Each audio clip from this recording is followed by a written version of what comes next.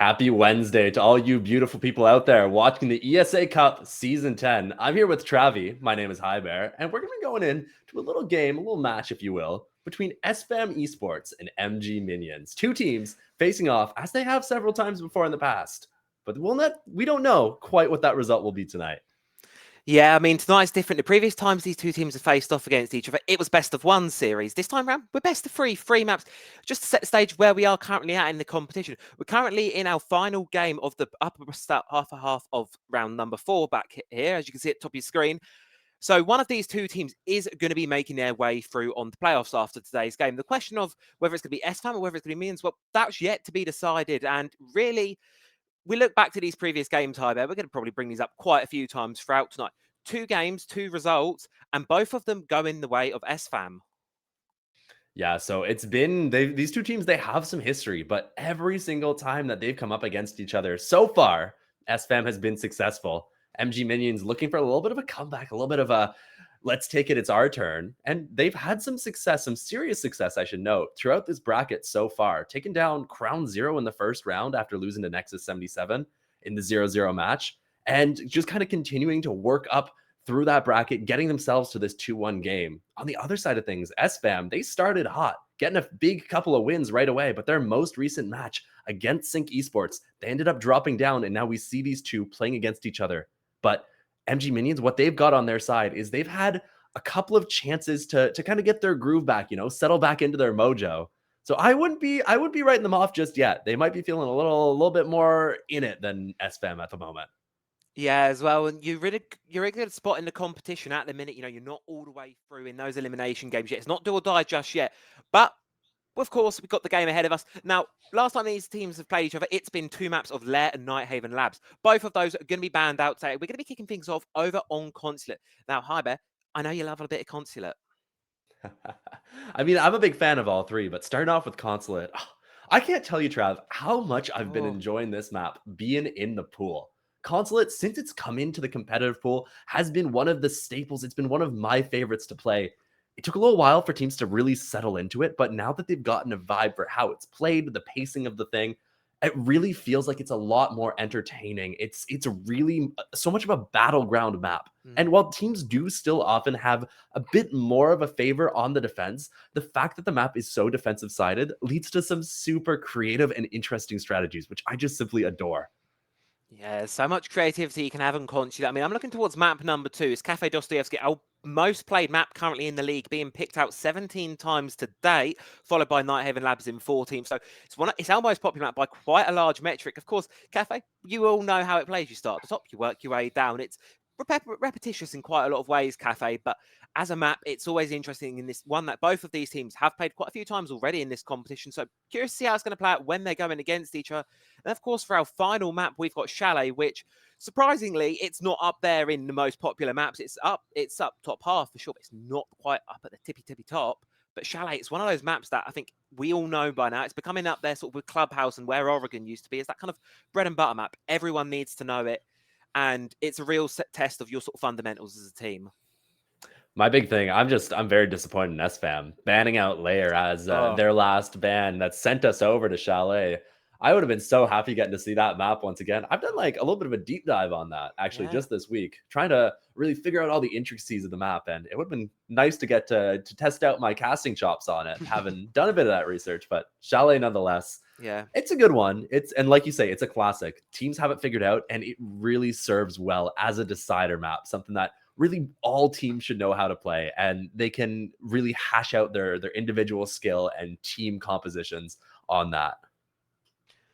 Yeah, so of course that's Chalet. That's all the way at the end of things tonight. Let's dial things back a little bit, right back to the start. Of course, Consulate, as you saw earlier on, it's going to be the side of Minions actually starting over on the attack for that one. SFAM going to be starting on the defense. Of course, defense is the favourable start. So for SFAM, they should be able to build a bit of an early lead looking into map number 1. Of course, to start things off. And what kind of impact do you think that early lead has? You build that momentum, you go into the second half with that round advantage. How does that feel? How's that sort of impact and set up your game going forwards? Because it's best of 3. It's not just that first map.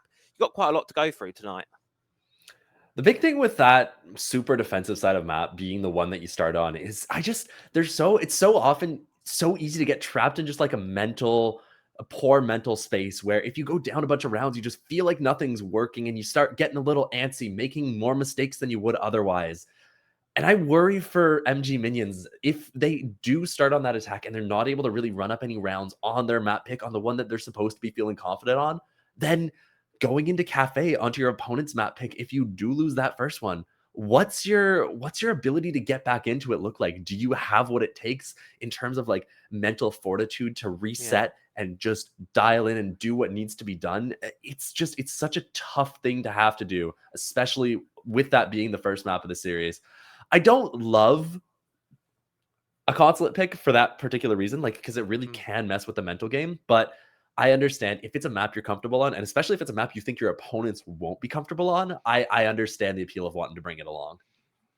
Yeah, so, well, with that being said, let's have a look at our predictions, see what everyone here in the league is thinking, as well as you guys at home, the community here. You can see, of course, top of your screen, everyone is thinking, and the vote is actually lined with the minions. 2/3 of people siding with them, believing that they're going to be the ones to take this matchup. It only 33% wanted to go with Sfam. So a lot of people here are going against what history and time has shown us, and they believe that minions are going to be taking this one. I mean, let's just look at how these last couple of weeks have gone. The last couple of play days, minions have gone through. They have been successful. The momentum is absolutely on their side here. SFAM just coming out of a loss. Granted, their loss is to Sync, one of the top teams in this competition. But even so, you got to imagine that can kind of like knock you down a peg. Maybe you're feeling a bit less Yeah. confident. Maybe you're not as ready to get into this as minions will be. But in a moment, we'll get to see. Yeah, and as well, top of that, that loss was a 2-0 loss there, that game. So that game, it wasn't quite the closest of matches there. Sure, map number 1 of that one did go to overtime, and that one was actually on Cafe. 6-8, Sync took that one. So we know that SFAM definitely have what it takes. When we get to map number 2, of course, but they're coming off of a 2-0, so they're going to need to be building that momentum back up. And what a better place to be doing it than here on the Consulate defense to kick things off. They're going on Minions map pick. Map number 1. Consulate is now on our hands. I'm looking forward to hopping right into it. So as I was Oh, saying, Trav, I am such a fan of you're Consulate here. stoked for this one. And I mean, I've not yet gotten to cast either of these two teams. So I'm very excited Yeah, to see what the two of them bring, what their play styles look like. In terms of yeah. Consulate, getting into this ban phase here. Operators that I'm expecting to be taken off the board. Obviously, the shields have been so powerful in the meta. You got anything in mind that you think will be gone? I was just about to say the Blackbeard, because the previous times these teams have played each other, either one time has banned the Blackbeard. So it's not really a surprise that one of them is going to be getting rid of it. Of course, that's Sfam going to be burning that ban earlier on, which leaves minions open to ban anything else here. So you look at Consulate, you look sort of at the grand scheme of this map, and we're just going to be seeing another shield instead. Nothing too specific. These teams really not wanting to play into the shield, sort of make sure they're staying off the board. Should we rotate round to the defense, though? Well, the bans, I think, is a lot more open on Consulate. As I say, it's such a defender-sided map. There's so many strong defenders, and well, high bad defensive ban number 1, it's going to be the Valkyrie.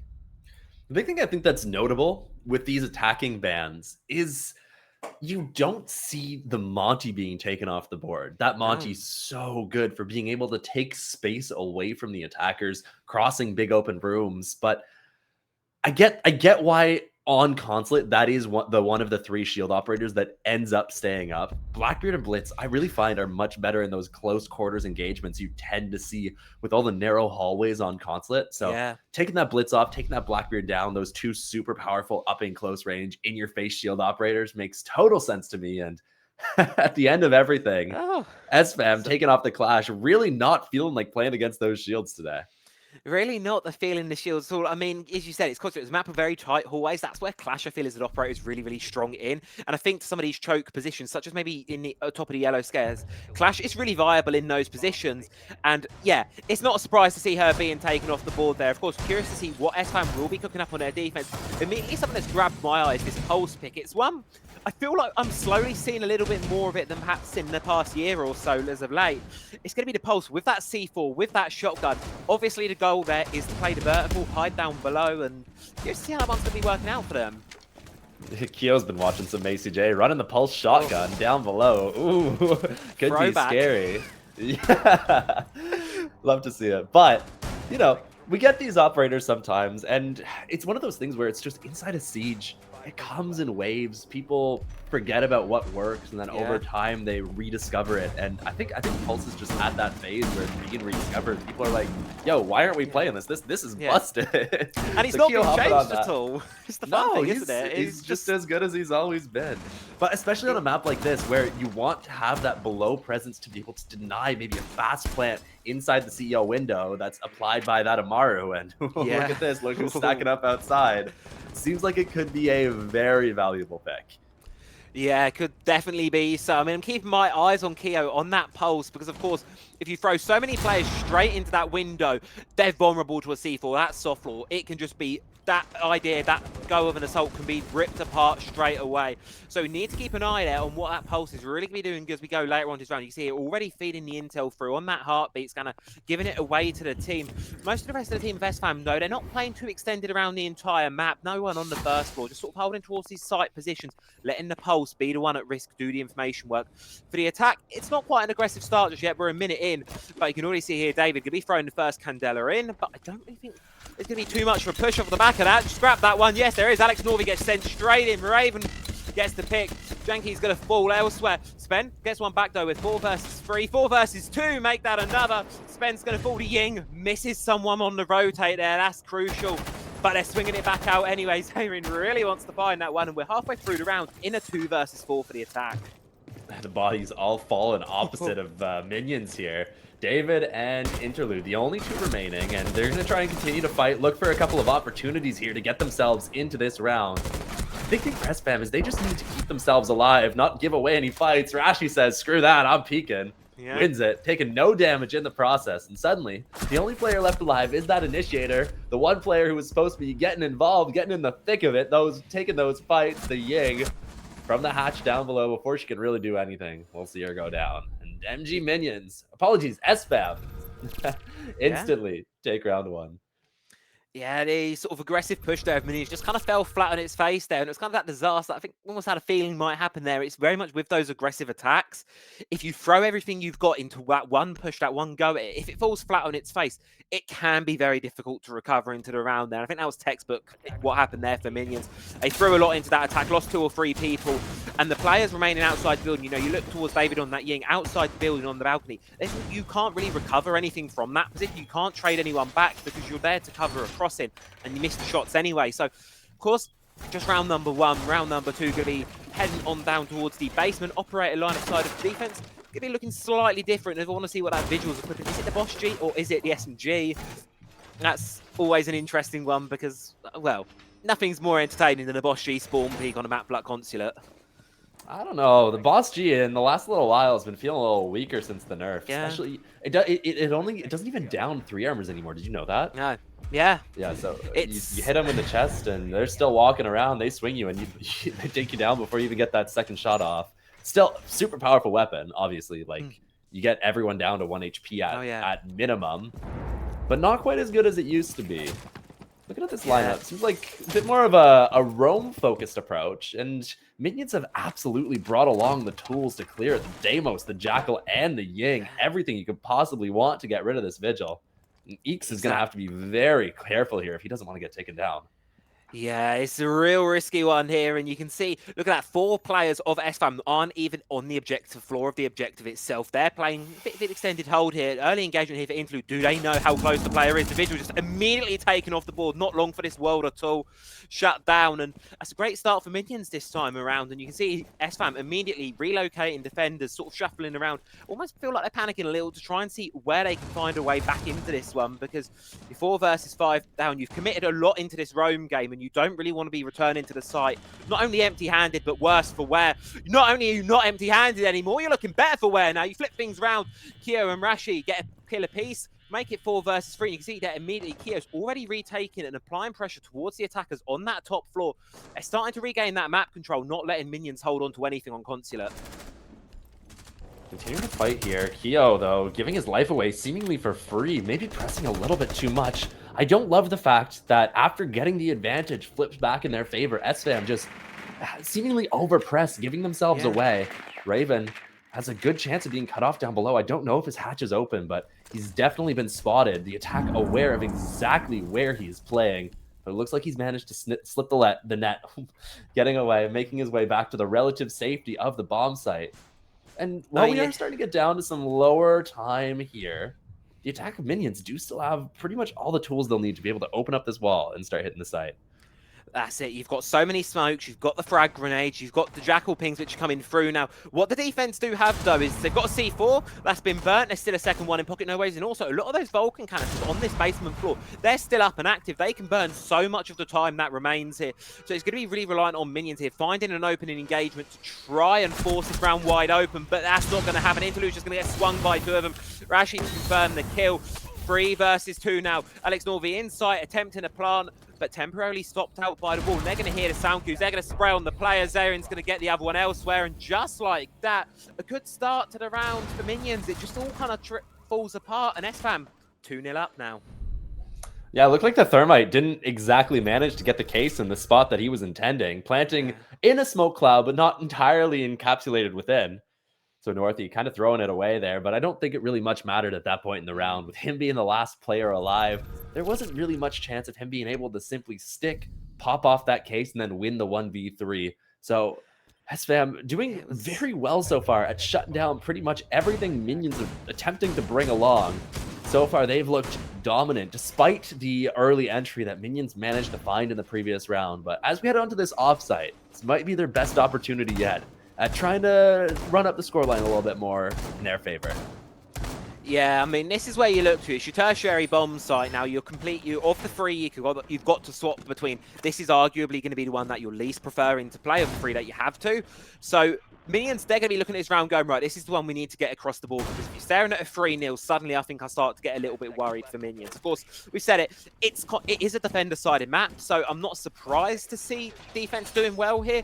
It's just more so the nature, I think, of the Sfam and how strongly they're winning these rounds when, you know, you look at that last one, minions set themselves up for success quite well, and it just kind of came crumbling down a little bit. But of course, they can't dwell on that too much longer because, you know, there's more rounds to be played here.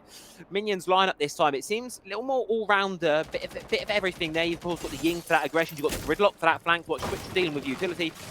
Seems like the defense responding with a similar thing as well. Yeah, it looks to me like a very bunker-heavy setup with Sfam running the Mira, running the Malusi, running the Wamai, those operators who make the entire top floor of this map into a quasi-fort, using that utility to just make it so difficult for minions to push into it. And look at where minions are approaching.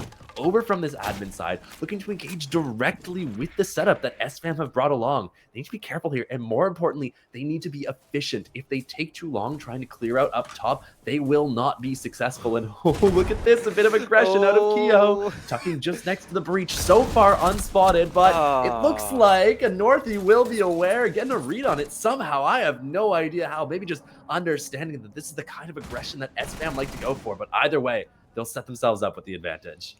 That's a good start there for the minions indeed, yet again, and it gets even better. David finds a pick onto Zarin, and suddenly it's Sfam trying to find themselves with a way to try and get themselves back into this one. But they're continuing aggression, but he doesn't know he's sandwiched in. He's going to go for the swing. Alex takes him out anyway. 2 versus 5 now. Rashi does get one back. Star of the show so far, 5-0, but it's made 5-1 by Spen, and it's all down to Raven down below with the C4. Does have the objective control, but with 4 attackers of minions ready for take your head. Surely you're not long for this world, and no, you are not. Spen's going to find it, and minions, well, they're getting there. They got the round they needed to get over the line. It's 2-1 now. Yeah, much better attack from minions. I really want to highlight the Ying of a Northy, just kind of being so aware at what's going on inside of that projector closet. On that breach, just ready to engage with every player who was attempting that swing.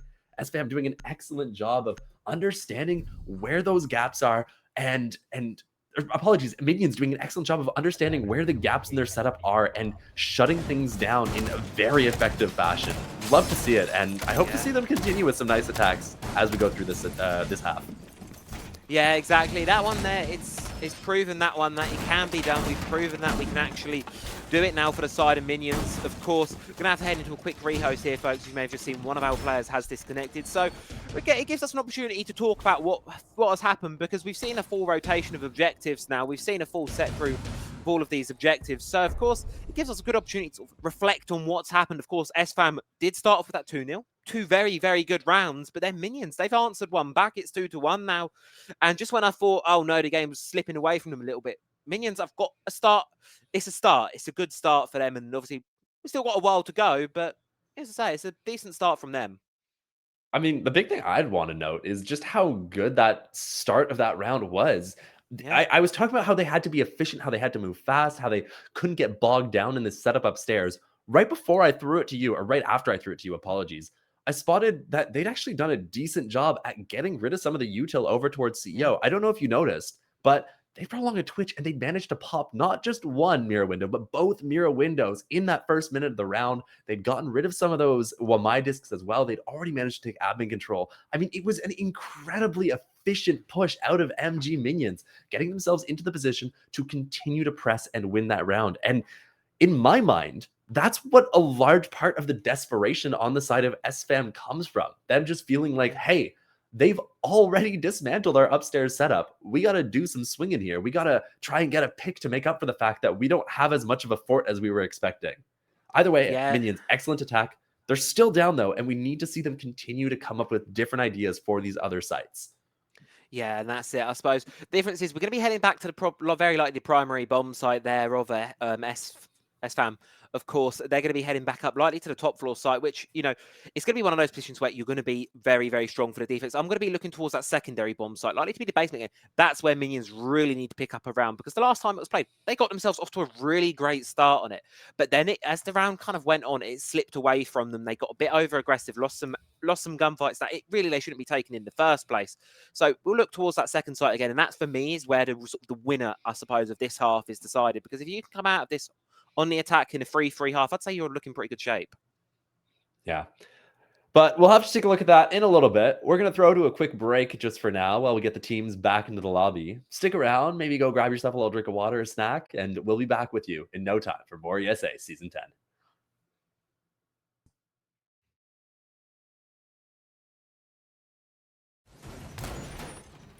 Welcome back, everybody. We're heading back into this match between Sfam and MG Minions. On to round 3. Got a few players dropping out of the lobby because of a brand new bug on Xbox, causing a couple of black boxes to appear on one of the players' screens. Unfortunately, has to be sorted. Otherwise, you will be unable to see. I can imagine it'd be a bit of a nightmare trying to take fights with giant black boxes in the middle of your crosshair. But sorted out now, and as we head back into things, Sfam do lead MG Minions 2-1 on Minions map choice. That being Consulate, it is an incredibly defender-sided map, but still, we do expect them to get at least one more win on their attacking half. We'll look to see if they're able to pull it off in these next couple of rounds. Yeah, I mean, first time this site was played, it was kind of a bit more aggressive lineup looking at Minions. You know, they had the Amaru, they had the Ying, they were trying to go for something fast, aggressive, and very much focused on taking that control and taking it quickly, more importantly. This time around, though, from the Minions, it's going to be a bit more of a utility-focused lineup here. You've got two of those drone operators, the Brava and the Flores, to try and sort of clear out utility there of the defense, because Sfam, they've been lying into that utility a lot throughout their entire defenses so far. Every single site, they've been focusing a lot on having that utility, because I think it provides a net of comfort for them. It's that kind of net of control, isn't it, High Bear? That makes you feel happy in that spot, and you're going to hold on to it for longer if you feel comfortable there. Totally. And, you know, sometimes you're just not able to get rid of that net of comfort. It comes apart and starts to be dismantled. This round, Minions, they're going for a bit of a different attack. They want to switch things up, finding that their fast play didn't work whatsoever. Yeah. So looking like it's going to be an admin over. And the big thing that I'm worried about is Rashi down below inside of emergency exit with that impact in hand, looking like he's just about ready to run out. Tosses it, goes for an engagement. No, seemingly puts it away. Thinking better of it while the attack continues going elsewhere.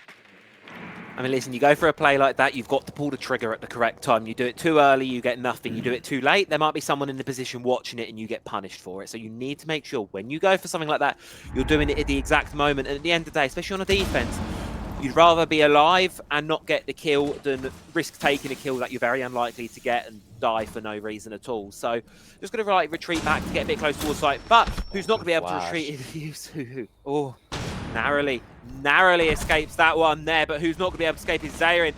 David gets one, Spen falls, A-Northy as well. It's the defense of Sfam falling apart a little bit here. 3 versus 4 man advantage to minions now as this sort of horizontal push, it's working out for them. Sfam very much likely have the read here, but they need to get some ground back because the defuse is going down. They try it, but it's denied. A double for David in the round. It's all down to Keo and Raven. Keo taking a little bit of damage. Raven just sent straight back to the spawn screen, and so is Keo. A triple for David in the round, and the minions.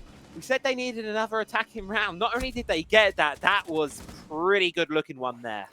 Such an insanely fast attacking round out of minions, getting themselves admin control really quickly and then converting onto site almost instantaneously afterwards. You might have heard me gasping for a little second there as that flashbang was tossed in from the roof to be able to blind out the Azami inside of Long Desk, forcing Ixfan back and allowing minions to take control of that position, giving them all of Checkers, all of Long Desk, and the front of that projector room where they intended to get bombed down. Shortly after, followed by them actually sticking that plant in a very off-paced, quick time frame, not giving Sfam any chance to kind of a reset, look to re-engage, get themselves into a better position to fight off this attacking onslaught that minions had brought along. And while there was a flank attempted, we saw the Goyo looking to try and work his way up the Visa stairs.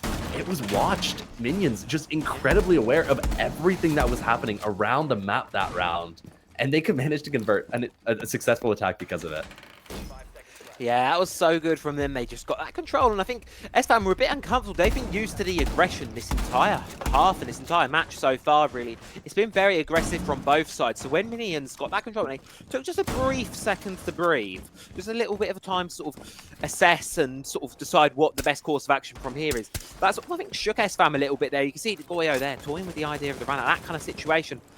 It unsettled them a little bit there. And what's going to be unsettling further is that early loss of Rashi, that Doc, likely going for something, looking outside the building and just getting punished for it.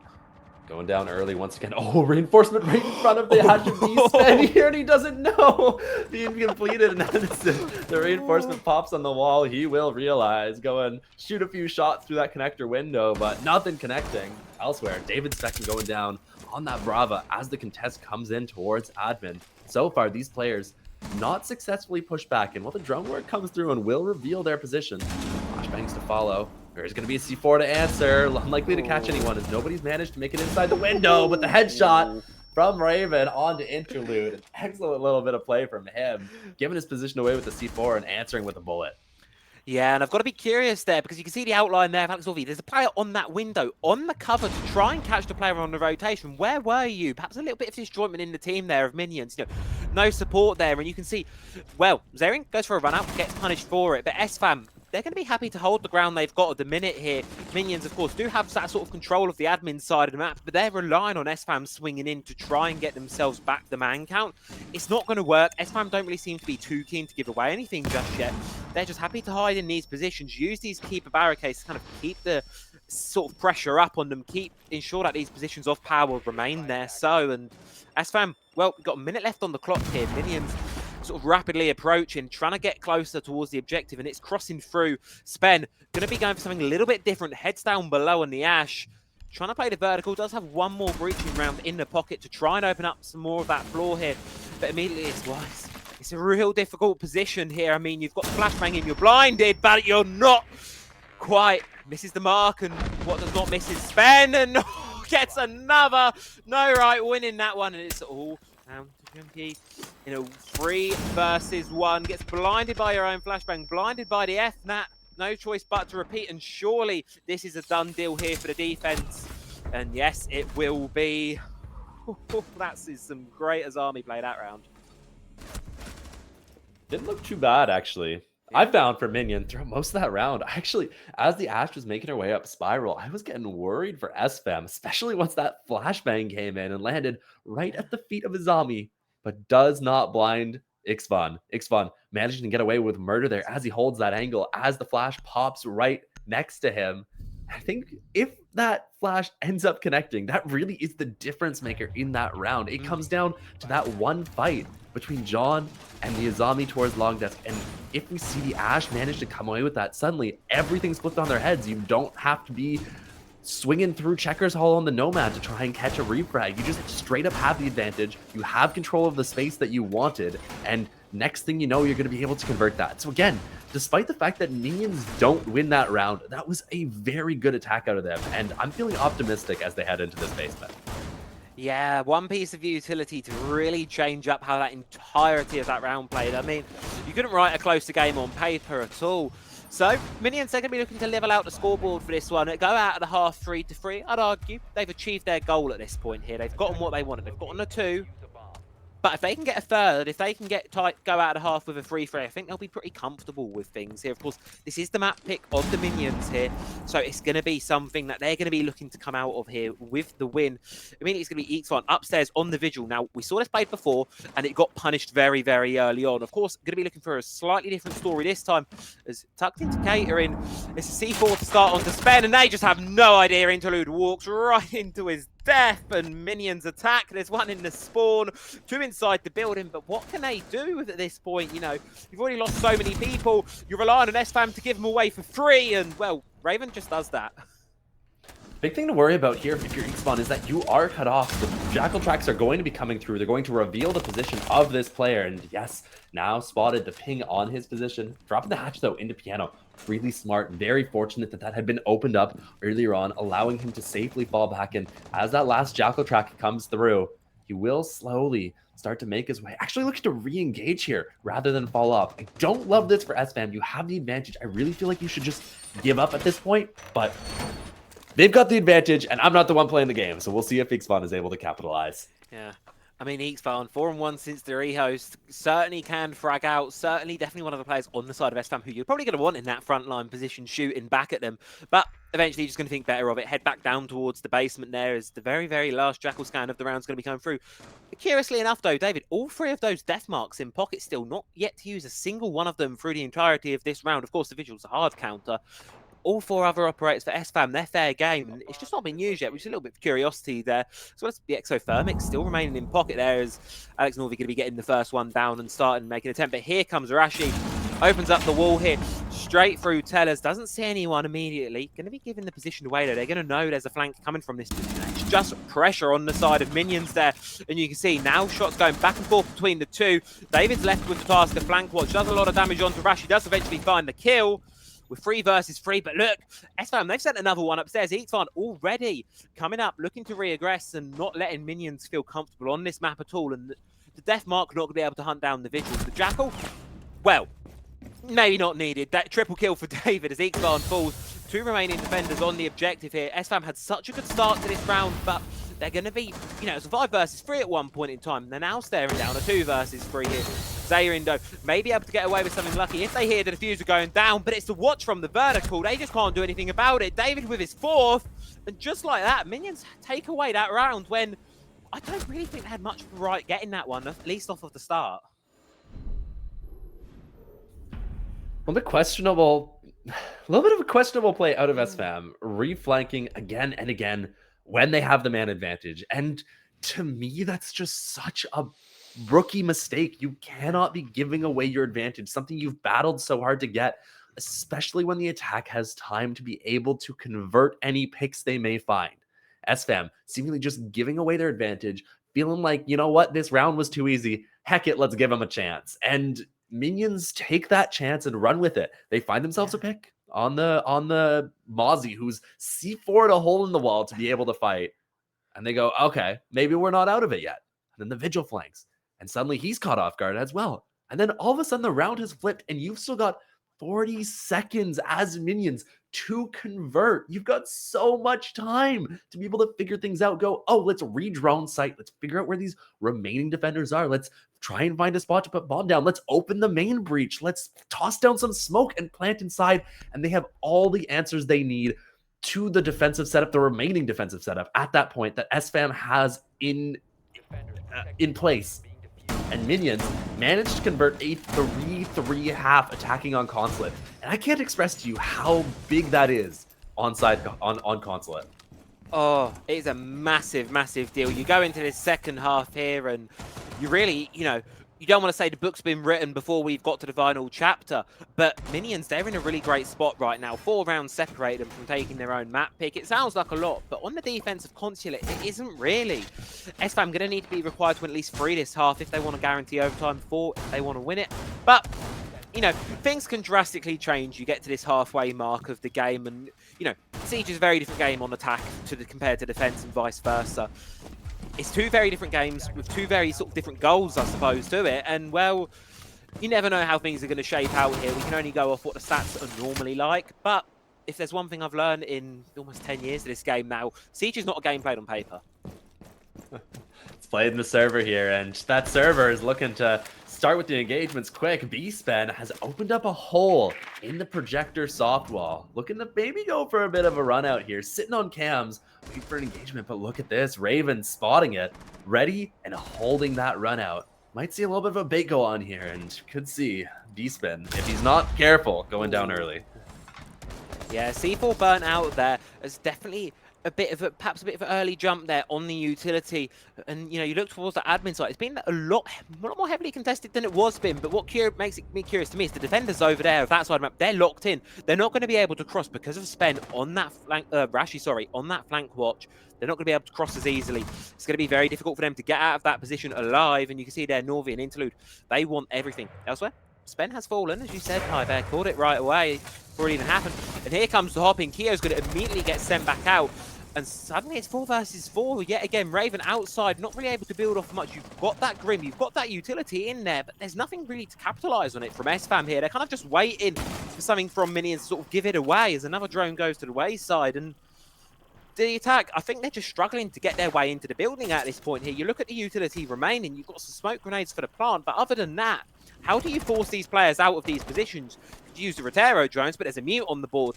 And Sfam taking them a little bit more damage here. You can see Interlude and Norvi, they're not wanting to give away these positions. As, oh, what a shot. Sfam goes down, and it's just going from bad to worse here for Sfam. They're hiding on this sort of visa window. They're just chilling out here. They're not giving away anything, Sfam, they're not able to get it. They've got no choice here but to send the player through, and I've got a feeling it's just going to be immediately to his death. Pushing in, finally does go repel in that window, and Rashi does manage to connect onto Anorthi as Anorthi attempts to give the space that he was fighting.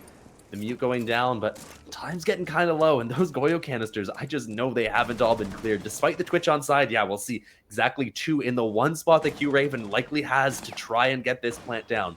So this round, if Sfam want to win it, is going to have to come down to kills. There's not enough time for them to be able to wait out this fire.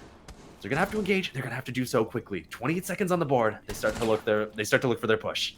And this fight here towards top spiral is crucial. Whoever wins that likely wins the round, and it's going to be Minions getting 1, getting 2, and make it almost a 3rd, but Zarin denies it, but not going to be standing left there for long. Minions, they take their first defensive round, continue to form. They sort of ended that attack with, and they're starting to roll a little bit now. It's a good start for them, of course, in the defense, close in the man count, but Sfam, they really struggled to get their way into that one. They're really having difficulty trying to find something to open up the round to bring it into their favor, and it's where they found themselves going into that last 30 seconds with not a lot to do other than just swing it out and hope for the best.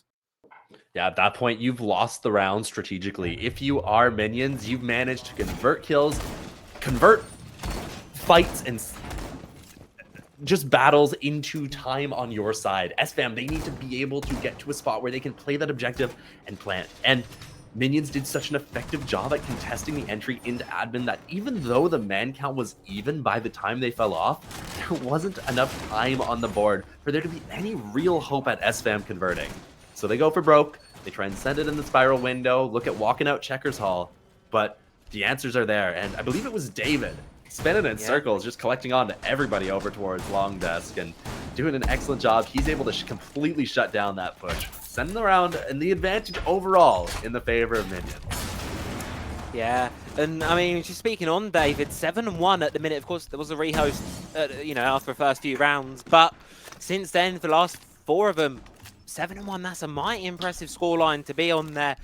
Like, yes, that's impact on the game, and it's consistent. When I'm looking at who's getting the engagements in this game, it's normally David some way or another in the kill feed, and 9 times out of 10, it's been in a positive way. He's been the one getting the kills and really helping Minions to sort of battle it on. And yet again, going to be on the front line of this defense here, trying to hold off. As you can see, out here from the balcony, mirror window going to be dealt with there. Should be cracked open by the Ash Charge. Yes, it is still going to remain, of course, not opened up though.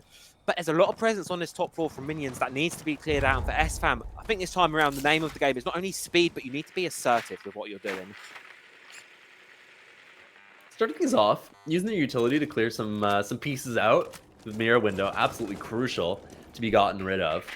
And they have also already managed to get their way inside of admin, and a little bit of a discovery on B-Span lurking in towards Coffin. He sees they spotted by the drone, simply decides to give up, opted not to stay and fight, knowing that his job, being that little bit of pressure over towards admin, is complete. And these mute jammers doing an excellent job at keeping those little pieces of utility in place. The bulletproof camera watching the hallway, still able to call out if these pushes come through. They got rid of by the Flores drone, finally. But it's taken quite a while to get to this point. Remember, when minions attacked this site, they'd already taken the entire top floor at this point. Sfam, no such luck. And as the engagements start to come through, they're really going to need to speed things along. Yeah, not only speed things along, do better in the entry department. Rashi's going to be falling down yet again to start off this round here. Not the greatest to start for Sfam here. You've got in the building, but now you need to try and work something of it. Keep in mind, the objective is below here. This top floor isn't even the main end goal for this round. You need to be looking ahead of time, and as the clock dwindles down, looking at a step ahead becomes increasingly more far-fetched there. I'm going to be doing an engagement here. Still a player, still one. It's going to be spent playing behind this mirror window, still holding the position, and you can see Sfam, there's a lot of focus on towards it, but I've got a feeling that's just going to leave the round wide open for someone else to spend. Holding the position, gets one, does get traded back though, but there's still so many players upstairs, blinded by the F-map might interlude swings, and Xavier just barely holds on. Keo claims one elsewhere with 3 versus 3 now, 30 seconds on the clock, but David's gotten himself back behind this mirror window. Such a powerful position to be in, but caught out reloading. Ixvan takes the kill, takes a second, and Sfam, they start off their attack 1-1, and things are continuing to stay close between these two teams in the second half. Ixvan goes nuclear as he walks in there. The nades forcing the player on the mirror window to move, exposing himself to the opening in that wall, so he's able to collect, and then spinning 180 and managing to connect with the last player, the mute inside of bathroom. Really good work out of him, and I think it was needed in that round. Ixvan stepping up when it mattered, because let's be real, Trav, Sfam was locked out of that round. Everything had been coming up minions up till that point. I was all but certain they were going to take it. Yeah, another one of these rounds. It feels like it feels like a bit like a broken clock at this point. We say it, a team starts off on a round really well, and it then just kind of slips away from them a little bit. It's not the first time it's happened this game, and the way things are going, considering we're in a best of 3, I don't have a feeling it's going to be the last time we're saying it either. Of course, round number 4 now with round number 9 now with 4-4. We're almost into this game. We're getting there. It's gone quickly. It's gone quickly. It is going quickly because, typically speaking, these teams are playing really aggressive with each other, and it is providing an entertaining game. But that's one thing so far we've been treated to. It's entertaining. Both of these teams are playing aggressive, and even when you should really be counting one of these teams out. The way this game's been, you can never truly say it's done until that final man drops. So, round number 9, we're going to be seeing what the basement defense of minions has to offer us, and yet again seeing that pulse. Well, do note, this isn't a basement defense. This is split Is it site. not? Am I wrong? So that pulse is very good at being able to deny any sort of bomb plant that's attempted inside of tellers here, where we see David making these floor holes. Those vertical holes also of use. The idea here is that if Sfam attempts to plant on top of any of the tables inside of tellers, you can simply toss that C4 up through the holes, land it on top of the table, and instantly take a player down. One player that is taken down, though, ooh, this isn't good. Rashi dropped early, and that's such an important operator on the side of Sfam. Look at the lineup here. The minions that brought along, the bulletproof cams, the maestro. Curious to know what has already been hacked up until this point, but if it isn't literally everything, it's going to give them so much info with which to deny this plant when it needs to come through later on. Yeah, exactly. That utility being brought by minions, it may just win them this round single-handedly. All they need to do is not lose these gunfights, and they're starting off well. As you said, Rashi's fallen. Zarin going to be brought down to such low HP there. So for Sfam, they need to try and claw their way back into this one. Air jab does go off elsewhere, but you can see here, Zarin's trying to drone out, and the drone's getting hounded by bulletproof camera EMP blasts. What really can you do in that situation? You can't find the intel. So you've got to just try and brute force it. And that's exactly what Raven's going to do. Finds David. So we're back to 4 versus 4. But do they have any idea that Interlude is upstairs and on the flank? Because if they pull the trigger at the right time, they could definitely find this one. But Logic Bomb's going to be giving away that idea for now. Sfam going to find another. Sfam, they're clawing their way back in towards this round, but there's still a minute to play for here. And as long as that Maestro's alive, getting that diffuser down is going to be nigh on impossible. Slowly and carefully goes Interlude, taking his time, not wanting to jump the gun on this flank. And I'm a little worried about this other player on the top floor. If Zorino just happens to take the right approach to make his way back down to the second floor, or the first floor, apologies, he may end up shooting Interlude in the back completely accidentally. But Sfam going for a bit of a different approach here. Oh, there it is. Sfam going for a bit of a different approach here as they lurk somebody down below in order to throw a little bit of a wrench in the plan of these Maestro cams. A lot of damage done onto the planter, and the C4 will come up, taking down Sfam. Only 22 seconds remain. There's not a lot of time for them to try and find answers, but we do see Raven managing to tuck himself into a spot where the Maestro cam can't see, but the Cade below with the TCSG can. Really still dangerous, though, as Kixo has lurked his way into the middle of the bomb site. These last 2 players forced to engage, and position given away, laying it out with that Maestro LMG, just tossing the bullets down range, but the plant will be stuck. Zorino finding a gap, finding a position, and Keo plays it perfectly, ready to answer, swinging out from cover, managing to pick up that player as he's forced across the room, and Sfam with the perfect answers to be able to pick apart that split site defense. All you needed to do was keep that Maestro alive. Unfortunately, Norvi there just in such a difficult position. You know, you watch it back now on the replays. You see, it's just difficult to get through. Of course, does swing out onto the player, misses the shots, and that's what's crucial there. Gives away the position, because you can see there, Sfam, they were going into that push completely in the dark, completely in the blind. No idea, really, what they were going in for. And they ended up battling through Evil Eyes and other players and C4s and all. They ended up making it work. And something we don't often see here on Consular is the attacking side taking the lead. Sfam now 5-4 up. Really great shape so far on their attacks. They've looked really great. They've looked good. And Minions have got to wonder, what can they answer back with in this round? I really liked what I saw in that round out of Sfam. Their plan A, right, was completely shut down. The Brava in play to be able to hack those Maestro cams, and it's just, the value is not found. I believe it was Sfam. Ends up being taken down almost instantly. Being the first pick on that Brava is such a tragedy. But the real highlight that round for me is Keo on the ace, coming up with the idea to lurk into garage, work his way through the basement, and end up in the middle of the defensive setup while his team attempts to plant inside tellers. What that does is it allows him to sneak inside while the defense is distracted trying to deny the plant. And even though Sfam drop a few bodies as the plant is attempted, as that bait is coming through, Keo is there to capitalize. He manages to catch players off guard, take control of the entirety of server, and open the door for Zorino to make his way downstairs and go for that plant.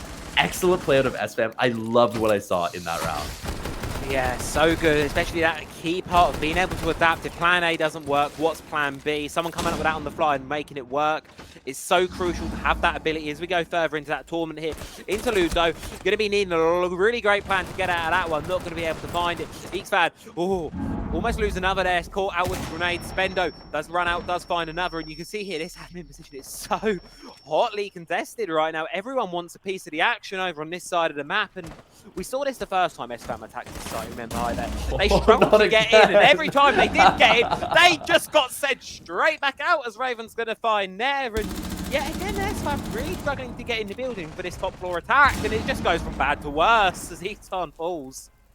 Northy's so good in that spot, simply sprinting past the window and taking players down as they attempt to rappel in. David Speckham there to answer as the assist. Keo the last alive, trying to attempt to lurk through Spiral. He'll hit his red mine, position given away, and spinning in circles. He's trying to engage with 3-4 players at once. Eventually taken down, and Minions with an absolute lockout over towards admin. But I have some questions. I have a couple of questions about that objective. Where is that minions on every other site on this map? And why aren't Sfam applying what they do on every other objective on this map to that top floor? Because it feels like when this top floor's in play, on this half at least, we're playing an entirely different match with two very different teams here. They're not playing like themselves, for better or for worse, depending on who you're looking at here. And we now find ourselves 5-5, all the way to the brink of regulation. That will be guaranteed. The question, oh no. I don't know if you caught that there on the folks on the left of your screen, but David went to place bulletproof camera and got taken out by the friendly reinforcement. Utility-wise, it's not a great start there for minions. But matters not, they've got quite a lot of utility on this lineup. It happens from time to time, and I mean, you do got the Scopos on side to be able to put down one of those idle shells as a bit of a scuffed bulletproof in the middle of the hallway somewhere, if you will. Regardless, we do see minions managing to take that round, and you're talking about how their playstyle has been different on that top floor. I just wanted to dig into that a little bit, because I kind of couldn't agree more. On that top floor, what minions have been doing is they've been fighting the entry. They've been really engaging with Sfam as they attempt to get control of that initial ingress, that point where they can enter the building. And it's been incredibly effective. We saw Interlude last round battling back the opener by tossing an impact at the escape tunnel wall, running out and managing to catch a kill on Printer Window. And then Anorthi has been excellent towards admin inside of Printer, ready to sprint out, retake the space in admin, and take fights on players the moment they attempt to repel inside. Sfam. The big thing I'm finding, though, for them is that with the rest of the sites on this map, you can't be as aggressive on the entries because you can't realistically play the entire map. And what ends up happening, as we've seen in this round, is the attack will simply avoid you. And while it's true that Sfam still have some players up on that top floor, they're cut off and can't get back to site. And I'm liking this insertion play out of Sfam. Let's see how it pans out. Oh, well, it's not going to go off to a great start there. Eastbound is going to be falling elsewhere on the map. Nice little mirror. Oh, he got shot through the floor. Alex Norby. It took a second to work out what happened there, but that is crucial loss to the utility. But matters naught. Minions losing life elsewhere. Interlude on the flank being shut down. And well, exothermic charge is going to be attempted a second time around. Oh, no, we're just baiting sound now. We're playing some 5D chess in round number 11. You see there, Norby wanted to play the vertical below. And not only that, has a C4 in pocket, of course, waiting for the best moment to use that one. But first and foremost, he's going to be dealing with David on this top floor here. It continues to be a massive pain for Sfam. Takes one, not quite able to get any more than that. Zaren's going to find them. But there's still, there's still Spen to deal with here. On the Scopos, looking to take one more down with them before they go back to the basement. Zaren has no idea that he's up there. Of course, that's the beauty of the Scopos. 1 minute you're there, the next minute you're gone. You're just gone, disappeared. In a minute, and once he figures it out. 3 versus 2 now. Ooh. And Raven just going to be going straight for it, sending that down spiral now. Sees the head of the mirror, but misses the shots, and those could have been round defined. And if they're found, Keo coming in through yellow. And you can see there, the Scopos is being used as an impromptu bulletproof camera there, watching the yellow walking, which means minions can divert their attention towards that backside of the map, focus on elsewhere. And now they've got to read that the players coming in, caught in the fire, no choice but to charge in Keo. What can you do? You've got 3 players, a Scopos idle shell behind you. Gonna throw some smokes, maybe bail out the plant just a little bit, but they're swinging from all and every angle, and it's gonna be minions to find it. They get themselves up onto map point on their own map pick, sorry. And one more chance to close this out in regulation. I said I was worried about that roam being cut off and potentially unable to get back to site, potentially unable to really engage with the defense, but it ends up not mattering because even if you are up on the top floor, if you just kill everyone who comes to clear you, you're going to be able to convert the round. Minions, great work up on the top floor, using the Scopos and Jaeger to great effect, bringing those guns, those rifles on the defense to really dig in and do some damage to the attack of Sfam, completely shutting them out of that top floor and eventually converting the round. Yeah, round converted over, and well, Sfam, if they want to be taking their opponent's map pick off them, it's going to have to be in overtime. They've proven Sfam they can do good on the attack.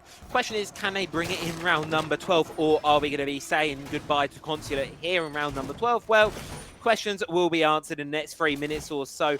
Minions going to be going for Expo Piano defense, fairly standard lineup there. Nothing crazy out of the ordinary for this one. No visuals throwing themselves out of windows or anything like that, at least just yet.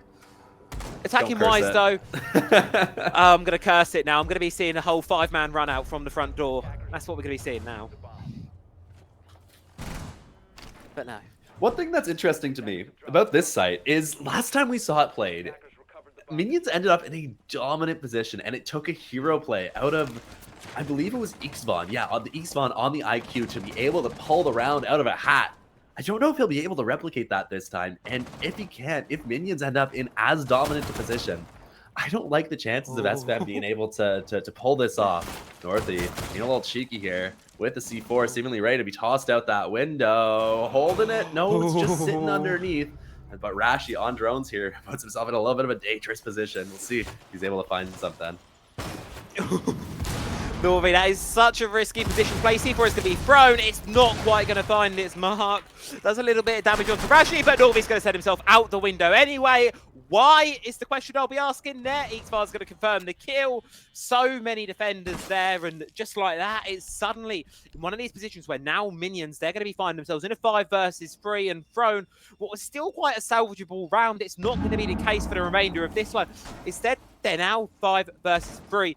Sfam have good position. They've got good man count. They just need to focus down. They've still got plenty of time to do so. The only one that can put a spanner in the works here is Sven, as finds Xfarn still causing a menace on this top floor here, supported by David. And they're close to leveling the scoreboard out here, Minions.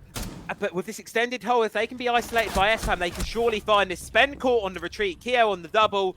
David still wants to fight for this top floor position, still wants to try and get this one for the team, but has to realise the loss when you've been there, and you need to go and support the teammate on site, because if you leave them on their lonesome, it's surely done at this point. Mirror window's going to be popped by the Twitch drone, final minute of the round. And I've got a feeling this one still could go either way, but the Sfam, they're definitely in the driver's seat right now. They're definitely on the top position of this round, and they should be taking us all the way to overtime, as it's all on the shoulders of David to get this closed out here and now. On the vertical, they have the idea. Sfam know there might be a player up there. There's someone watching, and with 50 seconds on the clock, not going to be able to get anything started. And overtime of map number 1 is going to be required. What a round to end us on there for regulation. And it continues. We don't stop just yet. Sfam managing to pull things together and themselves the round, and despite a couple of close opportunities for Minions to battle back, potentially find themselves some picks, they're not able to capitalize and eventually just find themselves completely picked apart. Sfam with a much better approach in that round than the first time they attempted this site, and now we will see if they're able to continue that success as we head into overtime, with Minions getting 2 rounds on the defense. Yeah, I mean, normally I'd say good for Minions. It's really, really great. But it's been 3-3 halves both time around, if I'm not mistaken. Both of these teams not really much separating their attacks and defenses sort of as you go through things. So we'll have to wait and see how the remainder of overtime is going to be played out. Of course, the next couple of rounds are going to be what's dictating how this one goes. We'll have to wait and see. Got a feeling with overtime, you see it go one of 2 ways. You'll either see a team play it really, really safe, or you're going to see a team panic a little bit and things start to get a little bit crazy, as if this game wasn't already crazy enough. It continues. Gonna see some attempts coming through to just figure things out, figure out whether Sfam can find an answer to this admin setup, which we've seen Minions employ every round so far. It looks like they're going to continue to attempt to engage. Interlude playing forward there in the mute of a Northy in that one position where I think he's found all 5 of his kills so far. Yeah. Not going to find anyone, but Interlude, he'll be the one who does. Jumping out that admin window, immediately finding impact. Potentially got off here. Yes, he will be. Oh my god, the answer from Beastman coming up from the basement, where he'd been doing those runouts, swinging around towards those vending machines and putting a bullet in the head of the player who attempted to answer that original jump out from Interlude. And here comes Zaire. A little bit of attempt, and oh my god, Beastman just barely avoiding the engagement as he was getting crunched. He will survive though, and managed to escape back to site with the man advantage secured for his team. I mean, that's a massive position there to be in for Sven. You can either try and take that Dokkaebi down with you, or you can just cut your losses and take the advantage guaranteed and run yourself back to the objective. He's going to choose the latter of those two, and I think that's the wise decision to make here. You know both these teams have what it takes to get the engagement, so you kind of just have to sit in this position where you may as well play it as safe as possible, and as safe is what's working. As Sven finds another onto Keo, it's 2 versus 4 now. Sfam 1 below, 1 still outside towards Visa. They've not been able to get in the building yet again. Sfam unable to crack this top floor from Minions. They're really unable to do anything on all 3 rounds now. We've seen Minions defend it. Zarin's going to be hopping in here. Does get Alex Norvi. Finds one back, so that might be the start needed. But all at the time, it's a minute left on the clock here. Zarin's going to be charged across. Diffuser is cold. You've got a minute to work with utility. 1 frag grenade left in pocket, but that is all you've got. That's going to be burnt on a Banshee and a Vulcan canister. And now, just like that, we hit the final 50 seconds here. Nothing but the guns and 3 drones of Sfam to try and get this one over the line here. They've been unsuccessful so far, and Minions want to make sure it stays that way in the final 45 seconds of this one. One thing that could be on their side here is the fact that those Goyo canisters are popped, but not to be, as Beastman continuing to have fine impact in this round. That's 3 for him already. Will not collect the last. That'll go to David Speckham. Swinging over towards that Checkers Hall from Long Desk. Trying to play the Pixel. Ends up having to expose himself to the hallway to be able to actually take that engagement. But it doesn't matter because he collects in convincing fashion, and Minions will get another 2 rounds to attempt to close this first map out. Yeah, 2 rounds to do so. They weren't successful on their first map point to take their own map pick, so they've required 2 more at least. Sfam next 2 are required, or we're going to be heading to map number 2 of Cafe Dostoevsky. If you weren't here for us during the video stage of this one earlier on, head to Cafe after this one. That's the map pick of Sfam. Minions, they want to close their own map pick. That is typically how things go in a best of 3. You want your own map pick. You want to be able to take your own position. It's going to be important to do so. And well, of course, we're going to have to be seeing how things go. We're guaranteed at least 1 more round here out of this one, so it's curious to see how it will pan out. Of course, looking at the operator lineup here of the defense here, Sfam, they're going back to their aggressive ways of old. It feels like a while ago now. This match sort of has really, it's been aggressive. It's been going fast, but it feels like we've been here for ages now, really, as sort of we're in overtime. Of course, such an aggressive lineup here from the defense. You've got that Vigil, you've got that Doc, 2 operators that we know are synonymous with making these aggressive, ballsy plays. And if you make it take a little bit of damage, that Doc can just bring you right back up to 100 HP, back to where you started. And the lineup of Minions, well, I think it's adapted sort of perfectly there. You know, you've got that Nomad for that flank watch. You've got the Flores and the Brava for dealing with that utility. So Minions definitely going to be focusing a lot on that game. The question, of course, comes in how does the execution pan out? Did you see how cheeky Keo is being inside of admin here, boosting up on top of that cabinet, playing the Vigil? What of a rat play coming out on the side of Sfam, and very likely that this player goes undroned. We see the first set of drones get tossed in, looking to try and collect a little bit of information. Those Vigil lines make it so hard to figure out the precise location of that player, and with Minions attacking onto the top floor, they've not brought any tools to roam clear. They don't have a Jackal, they've got no Doke. Only thing they have to reveal this position are those drones, and Keo can really find some impact here if Minions aren't careful. Yeah, that position is so strong. The tools that Minions have are there for clearing out the utility. They're for trying to hunt down the sort of weaken these power positions. But the minute you have that position cleared out, you suddenly find yourself in this difficult situation where, right, how do we actually get the player out of there now? They're in a really difficult spot. But as you can see here, Raven is still alive, sitting in this position here inside a copy. C4 is going to be thrown. It's not quite going to hit its mark on either one there. Ooh, detected. Keo going down. That's that admin player taken off the board. Yeah. And really the biggest question mark that we had for this defensive setup. Beastman going to make his way in through that window, and he'll also collect onto Raven. Everything coming up orange all of a sudden as Sfam dropping like flies. Hardly a player left alive. We will see an answer finally out of Ixvan, managing to collect onto the Ash, lurking up down below, and an impact through the floor to look to continue to engage. But so far, no dice, as we do see Rashi go down. 1 player left, and he's just stuck, boxed out of sight, forced to make his way up Visa. And everything in that last round, once that Vigil was detected, going the way of Minions. Sfam definitely bringing their game and trying their best to pull it off, but they're not able to convert Consulate. Minions just looking a bit too good on map 1. Yeah, Minions take their own map pick. Sure, it took them a little while to do it, but they eventually get it over the line. And for me, looking at the bigger picture here, it's a sign for the Minions that Sfam can bleed. We look back to those previous games these two played. Sfam were the ones coming out on top. And well, as we look towards, map number 2, Minions, they've proven they can take down Sfam on a map. Question is, can they make this a 2-0, or are we going to be heading all the way to Chalet to decide this one? That is going to be the question. Well, I suppose we're going to have our answer very soon, aren't we, High Bear? I'm not opposed to seeing a chalet, and Oh. I'm extremely excited for our map too. That being Cafe. We'll be going in, checking that one out very soon after the break. Don't go anywhere except to grab yourself a little snack as we settle in for map 2.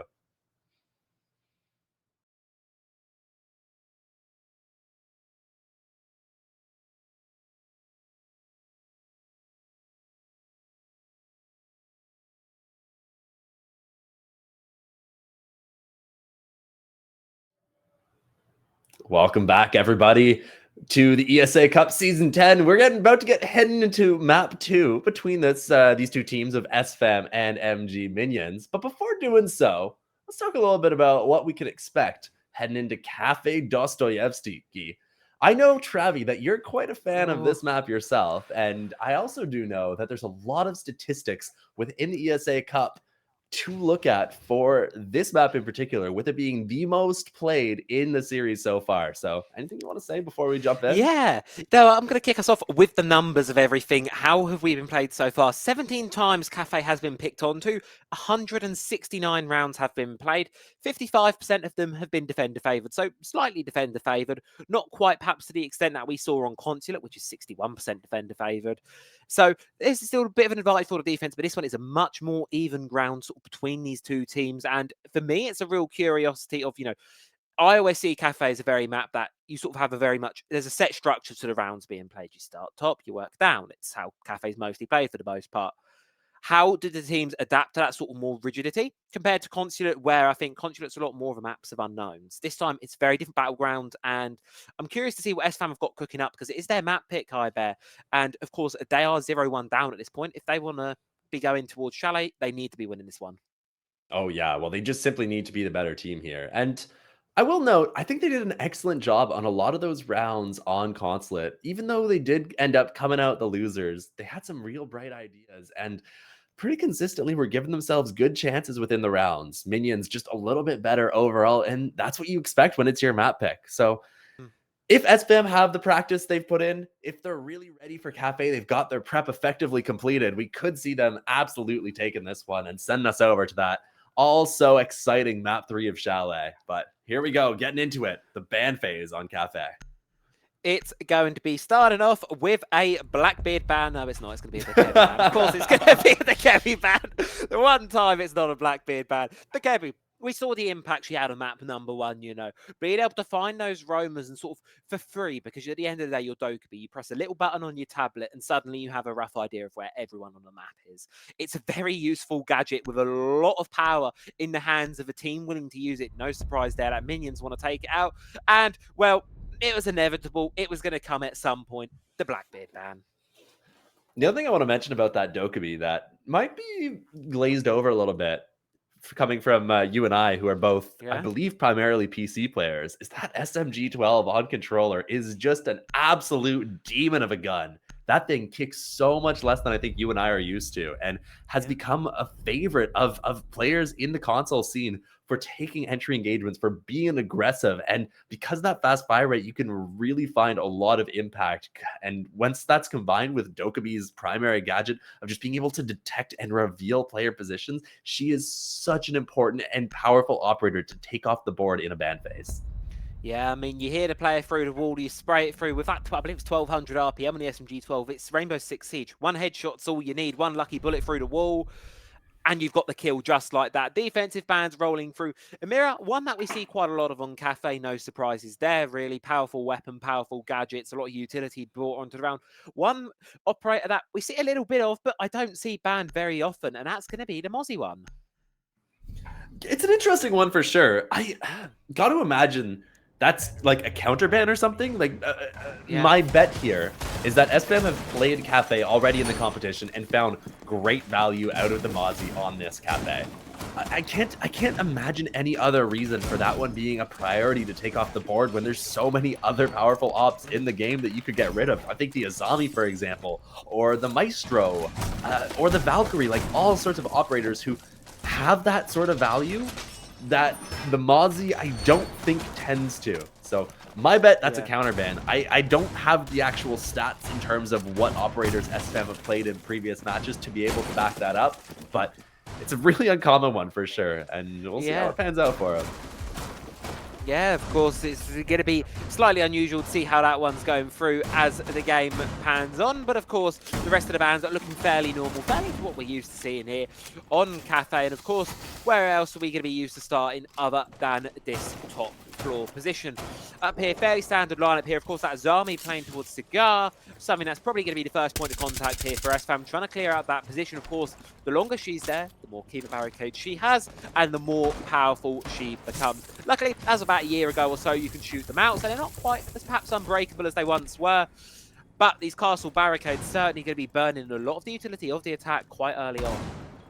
My one worry here for this attacking lineup is that they actually don't have enough to get rid of all of the bulletproof or bullet-resistant utility brought along by SG minions. I'm seeing some shields, some bulletproof cams, some barbed wire, the Kiba barriers, the castle barriers. I mean, you've got a lot of explosives that you're going to need to use, and things start off early. David Speckham with an engagement, taking out the Grim, your primary operator who's brought along execute utility, and that's someone who really hurts to lose early on.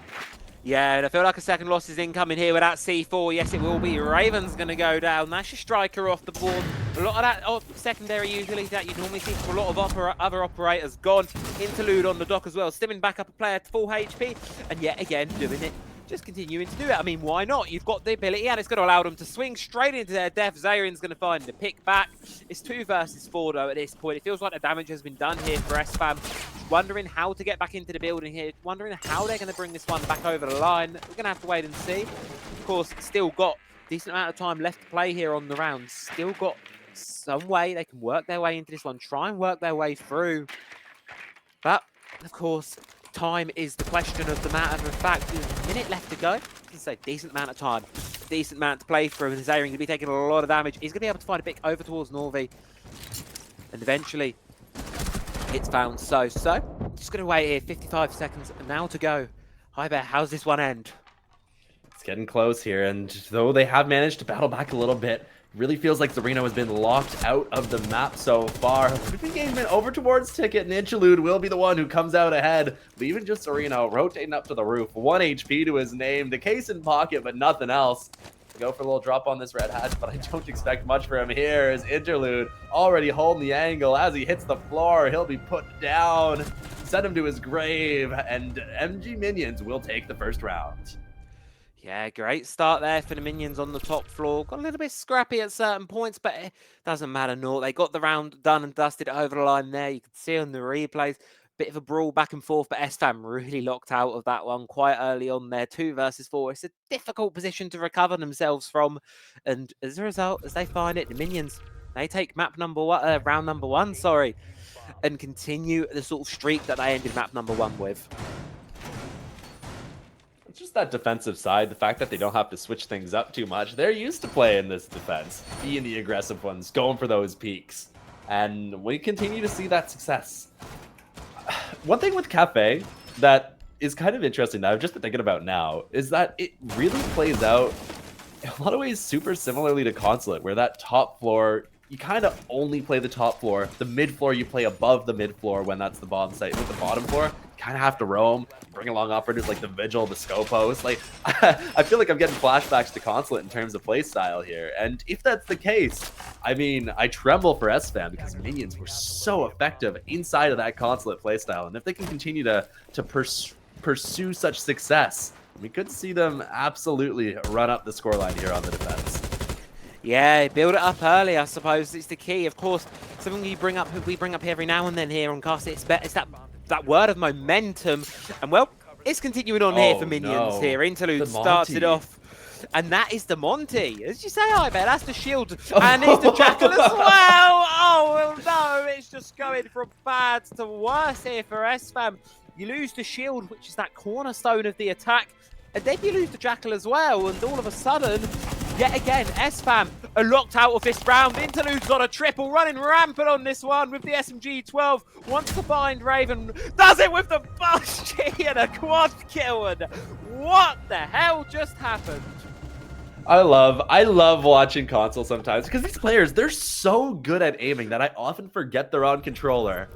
Until something like that happens. Both players, the Nomad and the Vigil, whipping an entire mag on each other, but then out of nowhere, Interlude swaps with a Boss G and just pops a shot directly into the chest. It's an excellent aim out of him towards the end there, but it took a little while to get there. Minions, though. Let's talk about it, Trav. What the heck are they doing to Sfam? Sfam barely even managed to approach the building. I think 2 people managed to get their feet inside, and everyone else died over towards Snowbells before they even got to the roof. Like, you can't be seeing that happen. Absolute devastation inside of the second round, and it all comes down to some excellent play out of Interlude with already 6 kills to his name. 6-0 after 2 rounds. That is slight absurdity to be at that level this early on in the game. It just makes it literally making it look like light work, you know. Just brush off his shoulder, just like that. Easy peasy lemon squeezy is how Minions are looking right now. Making light work of Sfam in that second round. And well, on the positive side for Sfam, it can't really get a whole lot worse for them here. So they're going to be looking towards this tertiary bomb site here. But yet again, it is a really strong spot on Cafe. But if you are Sfam, I think you're going to be looking to try and get some round over line from here. Because if you stare down a 3-0, then I'm really starting to get worried for them. Good news for Sfam is we do see Minions heading over to their offsite, something that in theory should be a bit easier to approach, but with this being, with how successful Sfam have been so far, I mean, I wouldn't write them off. I absolutely believe they could still pull this one off, and reading and dining will be their choice. I'm gonna go for that one instead of mining, which, you know, has started to see a bit more popularity over the years. Not to be, though, inside this round, and we do see a really quick entry going on here. Brown managing to work inside the building within the first minute of the round, which is by no means a guarantee on Cafe. Yeah. I mean, I'm waiting for the punishment here from Minions, sorry. They look like they're just waiting for that prime moment to switch on the eliminations and start going for these players. They've kind of let Sfam take that control, luring them in almost, it feels like, at the minute. And then suddenly a switch is going to flip over and it's just going to be Minions getting kill after kill yet again. Feels like that's the game plan here, as Sfam are slowly working their way across this top floor. Now you can see here, Raven just gets shut down. Great opener yet again. Sfam on the back foot here. They've got control over towards the gas side, but they now need to try and extend it horizontally further, and they're just taking damage as they go. They're losing players. Ixvan's going to fall. Zerian is going to get one back, but not without losing Rashi as well. Keo, though, what a long shot that was with 2 versus 3. Minute 20 on the clock, and so far, this Cafe is proving to be a bloodbath. We're actually finding some impact on a gap in through Fireplace, actually crouch walking into the dining bomb site where he found that kill. Rapidly traded and does go down, but it opens the door a little bit for Keo to start that approach. He's going to send a drone in to see if there's some potential for him to go for it as well. But it looks like already Minions have read into the fact that that gap was there, rotating players over, getting them into a position where they can simply deny the walk. Keo's going to attempt it anyways, though, but it looks like it's been read. David Speckham, smoke in hand, looking like ready to shut this down. And as it pops, Keo thinks better of it because now he knows that there's simply no chance he'll be able to attempt that lurk. I mean, it's a difficult position to come back here for Sfam. The utility's been used up here. Zarian going to be using the breaching charges that remain to get these castle barricades open, but in doing so, that's just going to telegraph exactly what your game plan is here.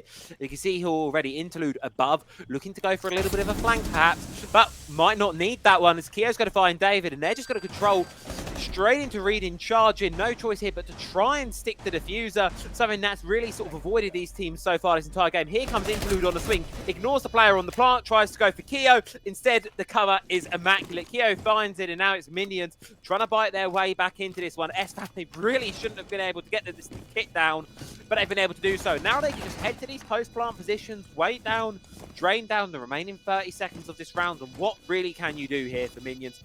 What can Alex Norvey get going? That's the question. Spots the diffuser, spots one of the players, but needs to find it. Going to throw a C4. It's not going to hit its mark, and with time ticking away, you might just have no choice here but to try and stick it out. You're not going to be able to do so. Keo's going to find it, and finally, Sfam answer back. But my question is how? What a dominant position Minions found, but dropping bodies in a little bit of a terrible situation. From the 4v2 into the 2v1 and in the post plant for Sfam, they do manage to get that case down, and my heart breaks for Interlude as he makes his way down here because he spots that player could have easily taken down the planter, but his eyes betray him, not seeing the outline of the ace behind the couch, thinking there's no way he'd plant in the middle of the open there. Surely. But unfortunately for him, he is entirely wrong. Zarino balls of steel, sticking his face into that case and getting it down when the time mattered most. And him and Keo are able to get it over the line, getting Sfam there first. And a really much needed one off of the back of that. You know, Minions with the round 2 that they had, that dominant performance they had in that round.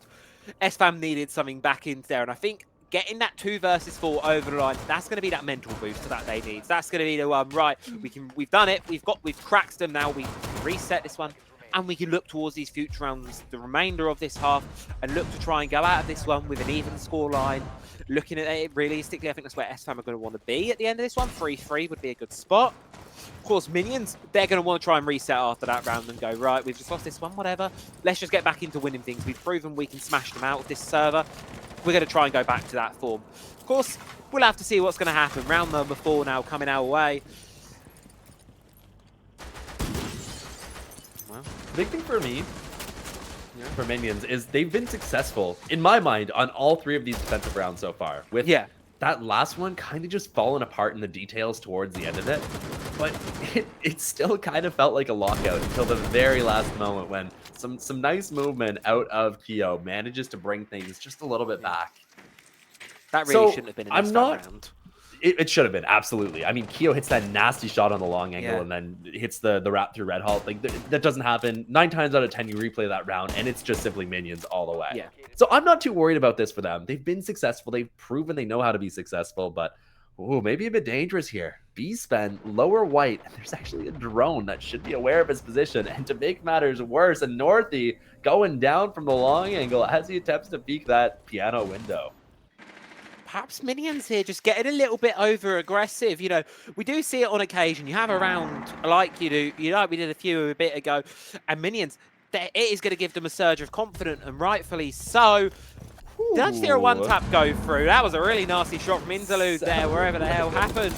Elsewhere, though, Keo's going to be going down as Sfam, their attack. This is looking a bit more like what we saw from Minions earlier on in the game here, locking out the attack as they're still struggling to get their way into the building. We've got 1:15 left on the clock here, and all of these players on the attack, they're on the repels, and Interlude isn't slowing down in the slightest. He's still going to these aggressive swings, these long angles, and it's just going from bad to even worse as Zyron and Itzvan fall. It's all down to Raven on the repel with DMR.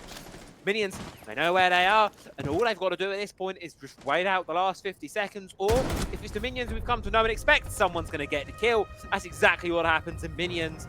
They're right back to their winning ways. So confident in his Interlude, and you just see it in the way he's moving around from bathroom to freezer to piano to bathroom again, like just rotating in between the different angles, peeking everything. And if you stick your head up as an Sfam player, you best bet it's being taken off your shoulders. Some excellent shots out of him, and he just continues to rack him up, stack him up, knock him down, he says. And Interlude has really been the highlight for me so far on the side of Minions. You'll see in just a moment. Look at his kills. 8 for him across the 4 rounds we've played so far. And if you're Sfam, that's just something that's hard to beat. Yeah, that is really, really hard to beat. I mean, I'm looking at the other kills here as well. For me, you've got Jackie up there, 6 and 2 at the minute. And I look over towards Sfam. Sure, you have Keo and 4 and 3, but that's about as good as it gets right now. 2 players yet to make an entry in this game.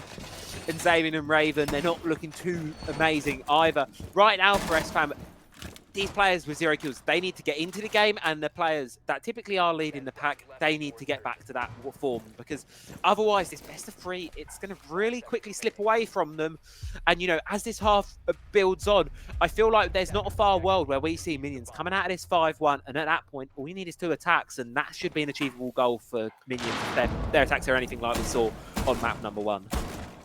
Dangerous again is this defensive lineup. That roam so successful between B-Spen and Interlude the last time this site was attempted. They'll go for it once again. And judging by the lineup on the side of Sfam, they're going to be engaging exactly with these players once more.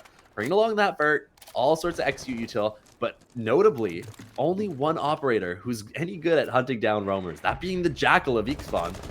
That being said though, opener going the way of Sfam. Really good start for them as Rashi manages to make his way into this game and take down David Speckham. But the question is, how much longer can Rashi last? Here comes Spen. Ixfan is going to fall. Zarin is going to be there on the support to take down Norvin. You can see their minions. They really wanted to converge on that top 4 player that got in there. They really wanted to try and circle it on Rashi, but they're not going to let that one happen there. Oh, Jackie. That is a beautiful shot there, my friend. Takes down Zarin 3 versus 3. Keo gets another, and they're just waltzing into sight at this point there. There goes Keo straight in towards the objective, because look at this. The players of Minions, they're nowhere to be seen. The Scopos has got a hot swap into sight, but straight into their death. Interlude falls, and Sfam, they just kind of walked through Cafe there. It just felt like a sort of leisurely little stroll. They waltz on in and get the kills. They get the round, and 3-2 is where things stand. Opportunity to equalise the half here for Sfam. For Minions, 4-2 is the best they can do. Will they do it? Don't know. I really like what I saw there out of Sfam. And an excellent read out of them, understanding, hey, these guys have nobody in the site, nobody on the first floor, mind you. They're all contesting us as we go for this roam clear. And Keo says, wait, if they're all up there, that means there's nobody down here. And he simply, like you said, goes for a leisurely stroll up the red hallway and into the kitchen, and there's nobody there to greet him. And by the time they make their way back, he's already in a position they don't expect, sitting down there watching the idle shell of the Scopos. And Keo, 2 rounds now that he's managed to be the hero for his team. Man, and that really is the story so far for Sfam. It's been nothing but Keo. He's the one finding that impact. He's the one converting. And that really worries me, Trav, because if, despite the fact that this is still a relatively close scoreline, if Keo's the only one who's able to turn the tide, I mean, how long can that go on? Sfam need to continue to wake up. We need to see more of these players effectively get into this game. Otherwise, Minions are going to continue with their dominant success. That's it. You can have the best player in the world, but you couldn't rely on them to save you there, and time again. You need to have a team performance, because at the end of the day, that's what it is. You've got 5 players on either side.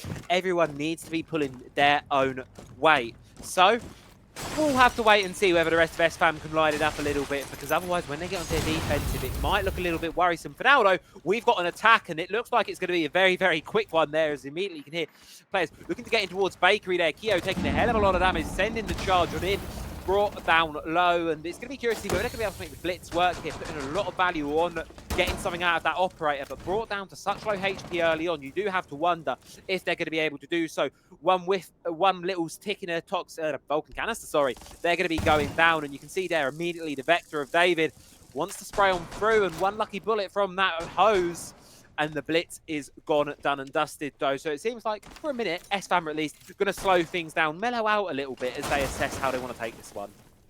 One thing worth noting here is, even though Sfam opened up a little bit of vert, they went upstairs with that ram and tossed it down, they haven't really sent anyone upstairs to clear out these players on the top floor. So if they don't actually deal with these players up in train, up contesting that vertical, they're not going to be able to work in the site. And I say that, I mean, Raven does manage to find a bit of impact, taking down a Northie with his own team's Goyo canister, and we will see the blitz make his way into Piano, into Train, and actually manage to collect the kill. It's Beckham, though, with the answer, with the Pokeball, and everyone who's left alive is such low HP. Just Keo left with that shield. Has a chance here for a fight, vaulting over the banister, going for the chase. The player Ping pulling out the pistol, but the impact from Beast then will be there with the answer. Toss it out of shield, it don't matter. It doesn't stop that much damage, and he's 1 HP. MG Minions, despite how hectic and chaotic that round got, they will secure a happy advantage heading into the second half.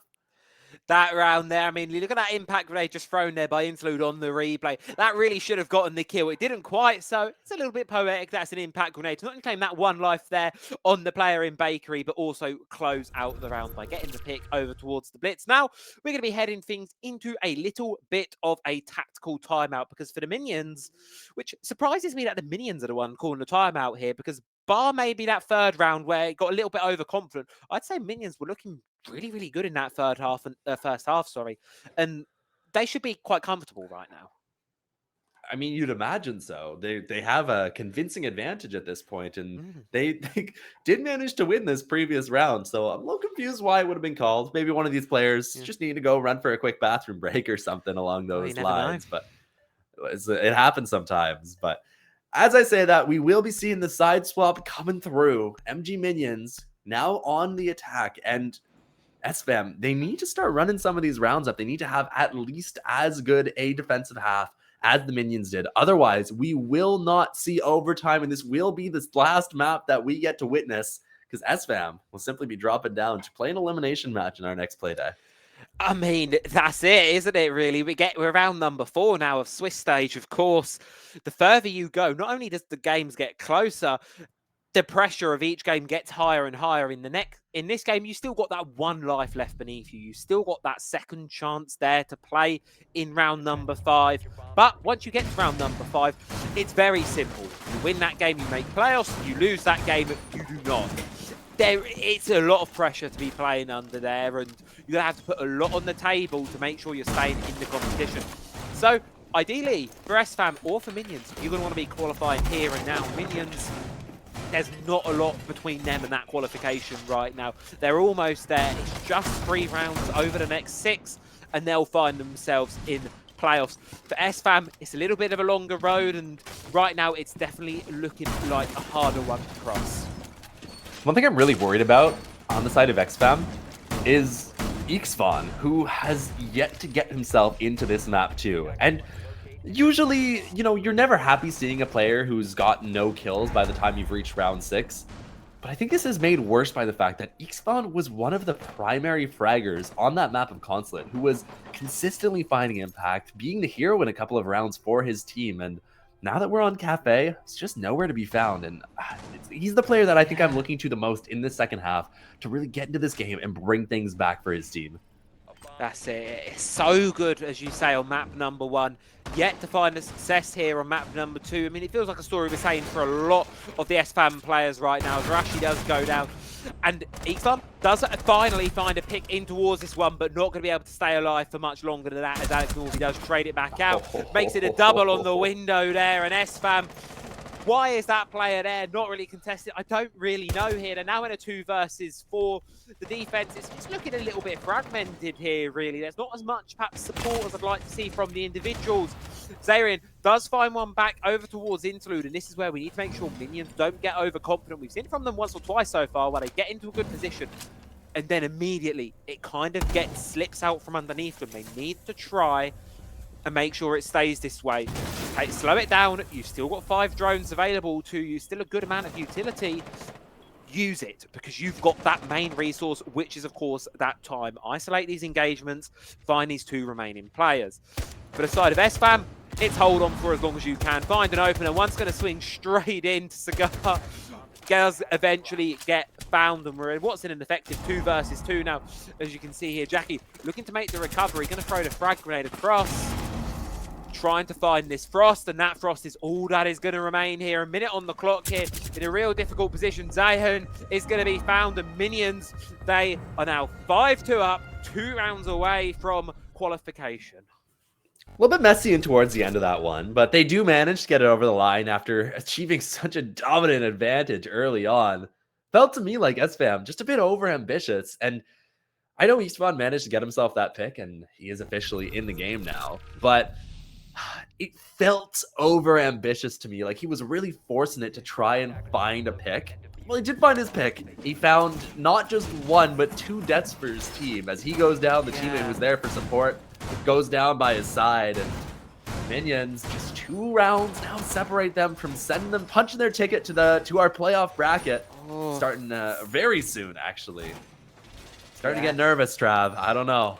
I'm feeling it with you as well there. I don't like to harp on the negative too much there, but he's like threw himself out of a window at the front door, I believe it was, to start off that round, trying to get a kill. And sometimes that can come across as confidence. For me, that felt a little bit like desperation. Sfam desperately trying to claw onto anything that can save what feels like a little bit of a sinking ship at the minute. Of course, there's still rounds to be played, so it's not truly over till it's over. But for the time being, I do got to wonder what is the answer here for Sfam, because nothing seems to really be going their way right now.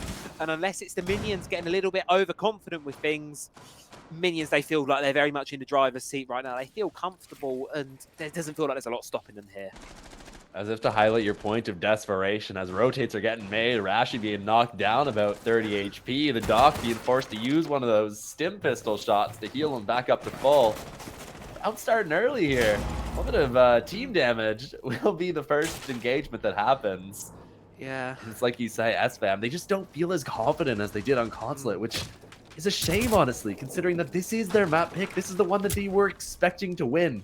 But it really just has been all coming up. Minions, a grenade going to be tossed in after the player's revealed on the phone. Does he get off in time? A lot of damage onto Rashi. He will live, just barely, holding on for dear life. But I think if that grenade change recently had not been made, he would have easily gone down. I mean, that echoes an operator you need to be keeping alive late into the round. Rashi's going to make sure he does stay alive late into the round as Interlude does get taken down here. The star of the show for minions in the grave quite early on. And you can see here already Sven looking to get aggressive here towards the top of red stairs. You're in a bit of a difficult position to recover out of here. And it's going to be Zarin caught out elsewhere on the map. It's going to fall down towards David. Raven successfully able to rotate back towards the objective there. A good retreat. And we find ourselves at the halfway point at around 4 versus 4. Rashi coming alive here on the Echo, finds another Keo as well, and Arashi with a third, and it's all down to Jackie, who is currently AFK on spawn on a drone. Oops, I guess he had to leave for a moment. Well, sometimes that is what happens. Ooh, what's he playing on his phone? He's watching all of the replays that are on our YouTube channel, the ESA YouTube channel. That's what he's doing right now. He's going back, studying the replays, studying the maps, because he's like, oh, I'm sure Interlude's going to come in and get some more kills. There we go. Yeah, of course, all of the replays are on the YouTube channel. Nice Team Secret skin, by the way. I believe that one is as well. But anyway, we'll, of course, dwindle out here. Minions likely having a bit of a discussion in and amongst themselves here. How does the remainder of this one go? What do they do? Sfam going to likely be using it as well. And here comes Jackie back to disaster and not going to be back for long. As right place, right time. Doc sends us all the way into the next round. You know what? He made his way back. He looked like he was about to give it an attempt, but not to be. Single shot to the head will be enough to put him down. And I mean, the highlight of that round, Rashi picking up 3. Oh. The big thing for me is he took more damage that round than he has health, but because the Doc was brought along, he's able to survive and pick up all of those kills. Not usually the difference maker that Doc is, but in the previous round, managing to get it over the line for Sfam. Yeah, now and then when that Doc is brought, he can make a massive difference. I mean, it's not the first time we've seen utility make a massive difference. I think it was one of the earlier rounds on Consulate where it was a singular flashbang not connecting onto an Azami that ended up really defining that round. So the utility in this game can have such a make or break impact on these rounds. It's not just all about who can shoot the best. What is catching my eye at this point in time is an operator who has really not had a massive impact, I feel, since her introduction to the game. Of course, I bet you know exactly who I'm looking at here. That's going to be Jackie over on that Aurora. The Aurora, one of those operators who is just so niche. Hardly any real strong use cases for her that I've seen employed since coming into the game. But Cafe, I think, is one of her better maps. I'm really curious to see where this is employed. I know I've seen it a lot of times used up on the top floor to be able to deny a cocktail retake when a team is going for a window attack. This time, based on the position of the Raura, my idea here is that this may be used to storm up Red Hall behind a blitz and prevent the retake from Bakery. We'll have to see how it's used. Obviously, no info as of yet, but looking like some sort of very fast direct attack here for minions. Let's see what they pull off. Yeah, spearheaded by this Finker with the LMG, but she's not going to be in here for long as the attack of minions is falling apart. But Jackie sent straight into the objective here. Aurora panel is there, but it gets taken down immediately. Look at that, Kia able to make it work. 11 and 5 so far, and we're a minute into the round, but we're 2 versus 2. You wouldn't expect it, but with the way this game has been going on so far, I'm almost not surprised. Sfam's going to find Interlude, and it's all down to Sven. In towards the objective now, has 2 guns of Sfam aimed at them, and they're not going to be able to get either of them as Sfam, they take the round, and suddenly it's all of a sudden looking like a closer game yet again. 4-5 now, only 1 round separating either of these two. Kyo's been so good this game, just consistently finding himself impact. And speaking of impacts, impacting the Aurora gadgets to be able to retake a small bakery there, picking her up, actually equalizing the man count. And truly, I think if he hadn't made that play at that moment, we would have seen a different round. Minions had already worked their way into sight, but their flank watch dying gave them pause, made them slow down their take just enough to give, I believe it was Sfam, enough time to get back to sight, make his way down red stairs, and find some impact of his own. Sfam keeping things close here. For a moment, I didn't think they could do it, but now, on the way to a perfect site rotation, they'll head on to their tertiary site. Yeah, I mean, this is the round. I think this is going to be the decider, right? Obviously, it is the tertiary bomb site, as you said. Sfam win this. We're tied. We're at 5-5, and I've got a feeling that match 3 of Chalet, it suddenly looks like we might be heading there yet again. Or Minions take this round, and they find themselves up on match series point. Playoffs point for them. And they're in a really, really good position. Either one of these teams is going to have a lot to gain and a lot to lose from this next round. This next 3 minutes is going to be, I think, really indicative for how this game ends up playing out. And Minions, the first time we're seeing it from them, hopefully it works out better than it did for Sfam. They're going to be bringing them on Montaigne. Bit of engagement there from Rashi. Go for a spawn peek through that window, but bullets just sailing wide. Sfam going for a bit of something himself. Taking a bit of damage, but not connecting onto a soul. He keeps his life. He'll be all right. He's ready to continue to play, and it's nice to see Sfam, despite the fact that he's been so quiet inside of Cafe, just continuing the aggression that we saw on on Consulate, being unafraid to get into those engagements, despite the fact that he's been losing so many. And it feels like things are starting to head a bit more in his direction. He's gotten 2 kills for 1 death in the past 2 rounds, but sells his teammate's life. Shoulder peek revealed, and he won't even be the one punished. Lights come through. Yo, looking to engage, tossing an impact at the wall, but David Speckham is ready. Says hello, and he says goodnight. Kyo goes down rapidly, and suddenly, out of nowhere, this round goes from an even man count to a 5v2. I mean, Kyo, you go in there to the top of red stairs. You've got no choice, really. That's the play that's either going to make or break the round, and you go in completely blind. Unfortunately, this case around for the side of Sfam, it's break.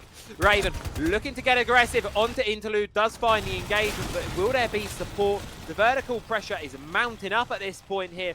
Sfam, they're still holding on, but I feel like it's just only a matter of time at this point. Stared down with the shield, with the Montaigne. David is going to fall. Ishvac is going to find us a little bit closer in this one, but surely with the shield on the board, Minions can still get this one over the line. Raven's going to look to get aggressive, go for a little bit of a flank. Do Minions have the idea? Because the kit's going down and their post-plant play, their hold is going to need to be immaculate here. There's the 2 players on the top floor.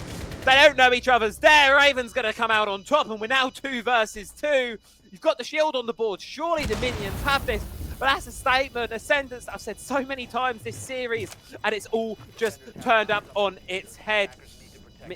Sfam going to get themselves back into this side, going to be attempting to counter defuse here, but that means Raven's going to have to be perfect on the cover support from above. Not going to be able to find it. Spen's going to take that alive, and now it's all down to Sfam, the shining star of Sfam on Consulate.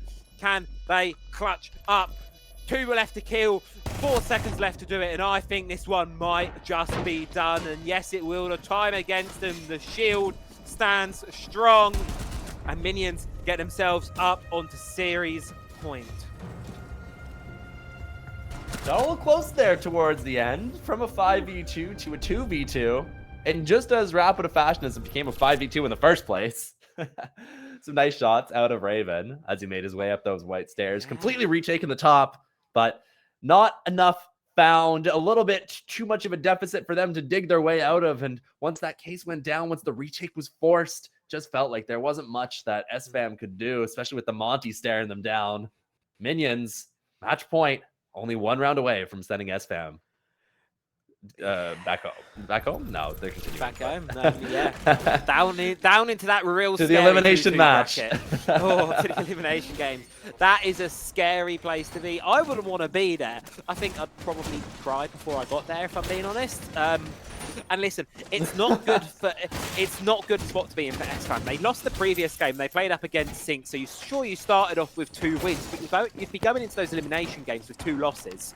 That can't be good for the mental going into it. Of course, don't want to harp on that too much because we're not there quite yet. We're back on this top floor. Rashi's back on the Echo, and the last time this one was played, that Echo made light work of Minions, sent them absolutely packing. So maybe we're going to see some success yet again. Rashi certainly wants it. Spawn peeking out the window with that ACOG sight. I don't think we're going to find anything from it, but at least it's showing that Sfam, they're still here willing to play on what could be the final round of this series. Crazy seeing the Echo going for that spawn peek, by the way. That operator whose power just gets stronger and stronger as we approach the end of that round. I understand wanting to go for it with the ACOG, but hello, Keo, Eakspawn, like both of these operators have that set and forget utility.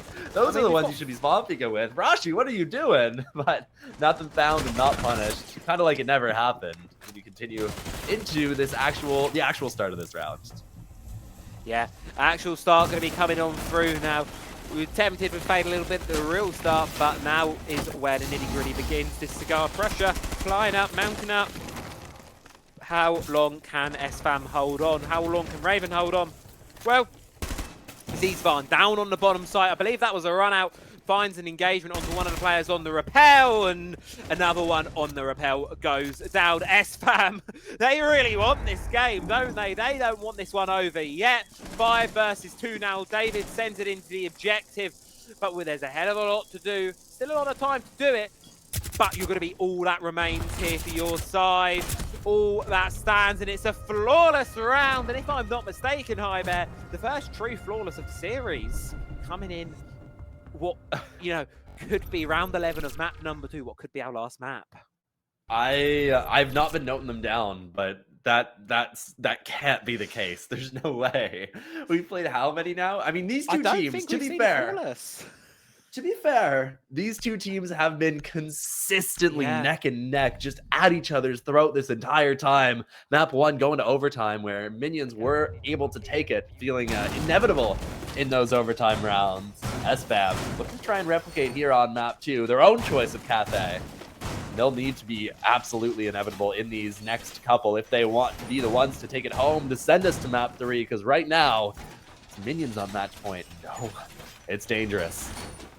Yeah, that's it. Sfam, your backs are truly against the wall now here. You've lost that safety net of the map 1. You now have to win. Any map point against you is a real difficult one to be in. So we'll have to wait and see. What could be the final round of the series is now upon us. The final round of regulation here on Cathay, that much is guaranteed.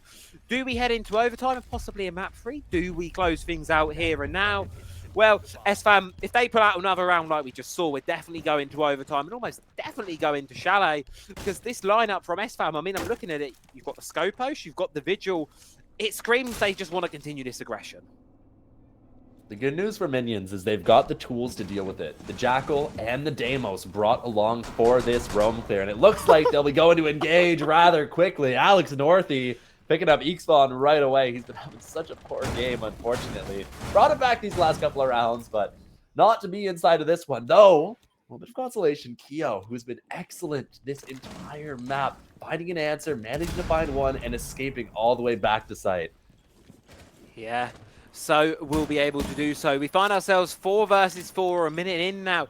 The defense, well, they're still scattered around a little bit. They're mostly back down to this bottom floor now, but I do have to wonder, is that second shell?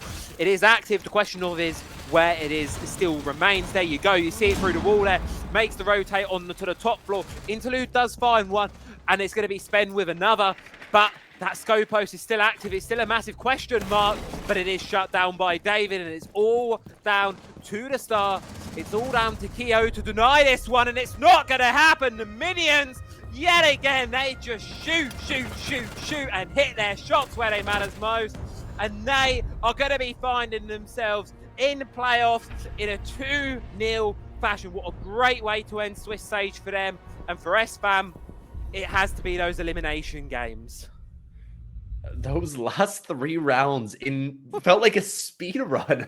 Those two teams just going at each other, and like it felt like 3 almost flawless rounds back to back to back, just sending it in, taking those fights, and well, we do see Minions managing to take it. Notably, the first time in the 3 times these two teams have played that they've been able to get it over the line. And coming from that first round loss, Minions been bringing it back, bringing the heat, and they've been flawless ever since. They qualify for playoffs, getting into that second round of qualification matches. And Sfam, while it's not over yet, they still have a chance. They do face elimination in these 2-2 matches coming up. And speaking of elimination, those are going to be the games we're going to be drawing our eyes onto next up. Of course, our upper bracket for round number 4 is done, concluded. 3 teams have qualified themselves all the way through to the tippy top of the competition. They've gotten themselves into playoffs. That's going to be LDL Valor, Nexus 77, now joined by Minions, as well as Sync and Ghost Army as well, qualified in round number 3. So we now look at that bottom part of the bracket there. Molotov Gang, Cook, Aspire, Verifly, Crown Zero, and Satterley as well. They find themselves in the elimination spot. And Hi Bear, what are your expectations for those games? It's tough to say. Crown Zero, they've been in the matches. I've actually casted them twice already, and they're the only ones I feel like I can give any real insight on. They look good as a team, and I'm surprised to see them facing elimination. I wouldn't write those guys off. As for the rest of the teams, I just don't have enough information to be able to say. Yeah. I don't think I know the rosters well enough, but it blows my mind. Here's the thing. It blows my mind how many of these teams we'll be saying goodbye to over the next week, because every match from this point on is an elimination game with, at best, 3 of the teams. I think it's only 3 of the teams who will be able to qualify for our playoff bracket, and the other 6 inevitably going home. It's not over yet for any of these teams, but a lot of them, I mean, if we're just looking at this purely as a game of odds, a lot of them, it's not looking too favorable. No, 2/3 of you will be going home. And I'm looking at some of the names in the elimination bracket at the minute. Cook, I've casted them. They're a great side with some great potential. Molotov Gang, the winners of season number 9. There's some really great teams down there, and it's going to be heartbreaking to see them go. Of course, that is what's going to have to happen to a lot of them. We can only have so many teams in the playoffs, unfortunately. That is just the way the competitions are. And there's going to be a lot of heartbreak over the next couple of weeks here. And for all the teams that remain from this point on, you have to be perfect, you have to be immaculate, or otherwise you're not going to be making playoffs, and that's just going to be really unfortunate. We do have some more matches for you guys, though, coming up in this next week, starting with Monday, April 14th at 19:30 CEST. Molotov Gang, like you were talking about, against Cook, the other team you mentioned. Trav, looking like an interesting game. That one is going to be a really, really spicy one. Watching some of those teams play, I mean, Molotov Gang, I flash all my eyes back to right at the start of Season X here, 14-0 at the time. Molotov Gang, they have some incredible quality to them. Cook do as well. They've been able to bring it close before. Not quite had a win just yet. Oh, they've had one win. One win? Hold on. Yep, we've had one win so far.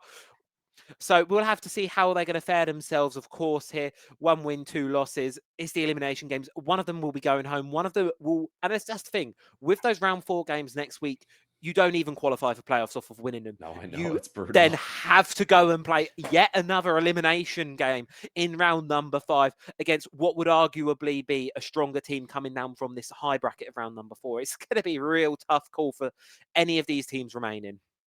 So, yeah, I mean, it all comes down to next week before our playoffs, and absolutely some exciting games ready for you guys. I hope to see you all there, and I think that's all for me and Travi tonight. Thank you so much for joining us. I've been Hi Bear. Here's been my co-caster, Travi.